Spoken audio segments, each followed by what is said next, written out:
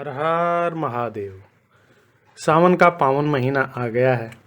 हो सकता है कि आपने सोमवार का व्रत भी रखा हो, भगवान भोलेनाथ को जल भी चढ़ा लिया हो, यथासंभव भाव भजन भी कर लिया हो।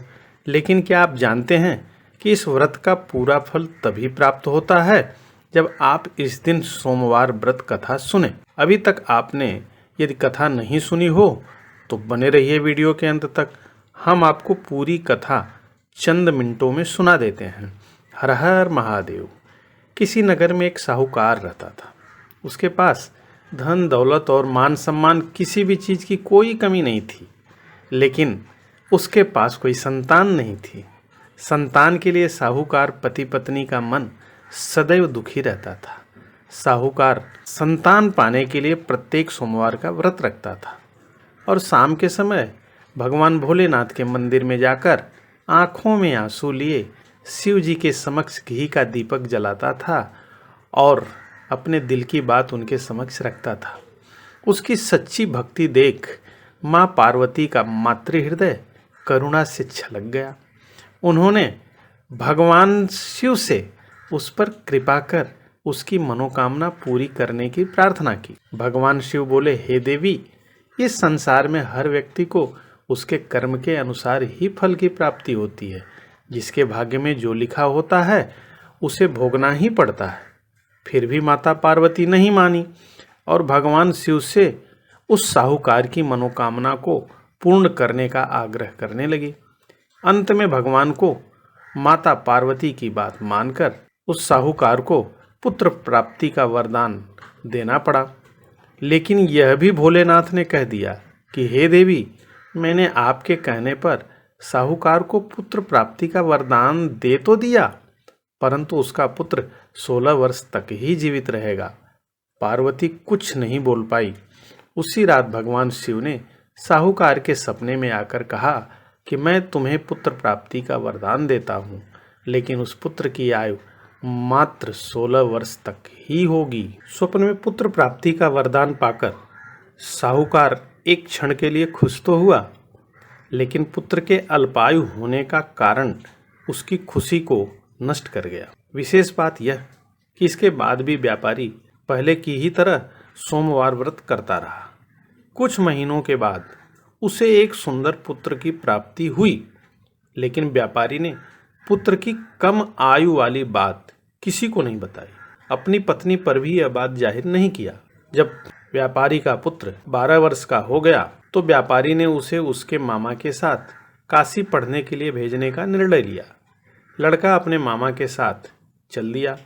रास्ते में मामा भांजे जहाँ विश्राम हेतु रुकते वहीं यज्ञ करते, ब्राह्मणों को दान दक्षिणा देकर खुश करते और फिर आगे बढ़ जाते। इसी क्रम में एक दिन मामा भांजे एक ऐसे नगर में पहुंच गए जो खूब सजा धजा था, क्योंकि उस नगर के राजा की बेटी का विवाह होने वाला था। कुछ ही देर बारात आ भी गई, लेकिन वर का पिता अपने बेटे के एक आंख से काना होने के कारण बहुत परेशान था।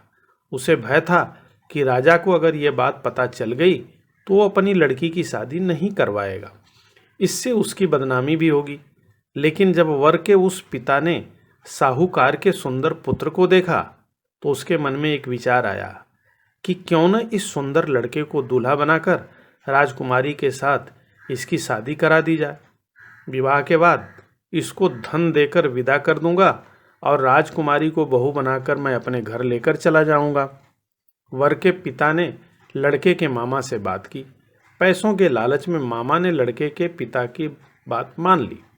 इसके बाद साहूकार के लड़के को दूल्हे का वस्त्र पहनाकर राजकुमारी से विवाह करा दिया गया।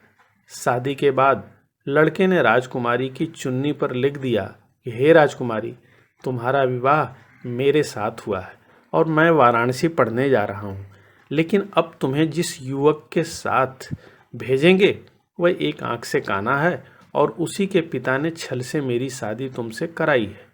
जब राजकुमारी ने अपनी चुन्नी पर लिखी ये बात पढ़ी तो उसने उस काने दूल्हे के साथ जाने से मना कर दिया। उधर लड़का अपने मामा के साथ वाराणसी पहुंच गया और उसने शिक्षा लेनी शुरू कर दी। जब उस लड़के की आयु 16 वर्ष की हुई तो उसने एक बड़ा यज्ञ किया। यज्ञ की समाप्ति के बाद ब्राह्मणों को भोजन कराया और खूब दान दक्षिणा दिया। जब लड़का रात को अपने शयन कक्ष में सो रहा था तो शिव के वरदान के अनुसार शयनावस्था में ही उसकी मृत्यु हो गई।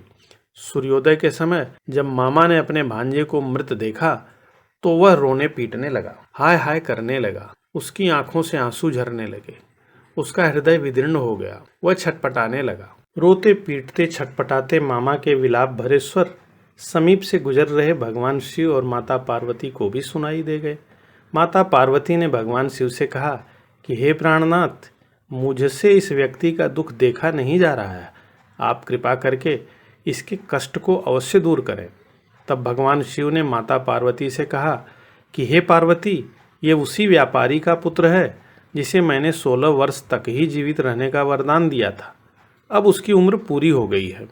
माँ पार्वती ने फिर भी शिवजी से निवेदन कर कहा कि हे प्रभु, उस बालक को जीवन दान दे दीजिए, क्योंकि अगर आपने ऐसा नहीं किया तो उसके माता पिता भी अपने प्राण त्याग देंगे।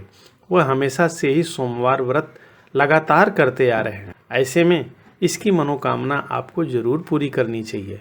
माता पार्वती के आग्रह पर भगवान शिव ने उसे जीवित कर दिया। बहरहाल शिक्षा समाप्त कर मामा भांजे वापस लौटते समय उसी नगर में आ पहुँचे जहाँ उस लड़के का राजकुमारी से विवाह हुआ था। उस नगर में उन्होंने एक यज्ञ का आयोजन किया। तब राजा ने उस लड़के को पहचान लिया और यज्ञ समाप्त होने पर राजा मामा और लड़के को महल में ले आए, जहाँ उनकी खूब सेवा की और कुछ दिनों के बाद राजा ने बहुत सा धन, वस्त्र और दान दहेज आदि देकर राजकुमारी को उनके साथ विदा कर दिया। इधर लड़के के माता पिता भूखे प्यासे रहकर अपने बेटे की प्रतीक्षा कर रहे थे। उन्होंने मन ही मन यह प्रतिज्ञा ले रखी थी कि अगर उन्हें अपने बेटे की मृत्यु का समाचार मिला तो दोनों अपने प्राण त्याग देंगे। परंतु जैसे ही उन्होंने सुना कि उनका बेटा वापस आ रहा है, उनकी खुशी का ठिकाना नहीं रहा। अपने बेटे के विवाह का समाचार सुनकर दोनों और भी खुश हो गए। उसी रात भगवान शिव ने व्यापारी को सपने में आकर कहा कि हे साहूकार, मैं तुम्हारे सोमवार व्रत करने और निष्ठापूर्वक कथा सुनने से प्रसन्न हूँ, इसलिए तुम्हारे पुत्र को अब लंबी आयु का वरदान देने के लिए विवश हो गया हूँ। यह जानकर साहूकार की खुशी का ठिकाना नहीं रहा। सोमवार व्रत करने से उसकी सभी मनोकामनाएं पूर्ण हो गई। इसी प्रकार आज भी जो व्यक्ति पूरी निष्ठा और अटल विश्वास के साथ सोमवार का व्रत करता है और इस कथा को सुनता है, भगवान भोलेनाथ और जगत जननी माँ पार्वती उस पर कृपा कर उसकी मनोकामना को पूर्ण कर देती हैं। आपको यह वीडियो कैसा लगा, कमेंट बॉक्स में कमेंट कर हमें अवश्य बताएं। यदि चैनल को अभी तक लाइक और सब्सक्राइब नहीं किया है तो लाइक और सब्सक्राइब भी करें और बेल आइकॉन को भी दबाना ना भूलें, ताकि जैसे ही कोई नया वीडियो अपलोड हो उसकी सूचना आपको तुरंत मिल जाए। मिलते हैं ऐसे ही एक और वीडियो के साथ। तब तक के लिए हर हर महादेव।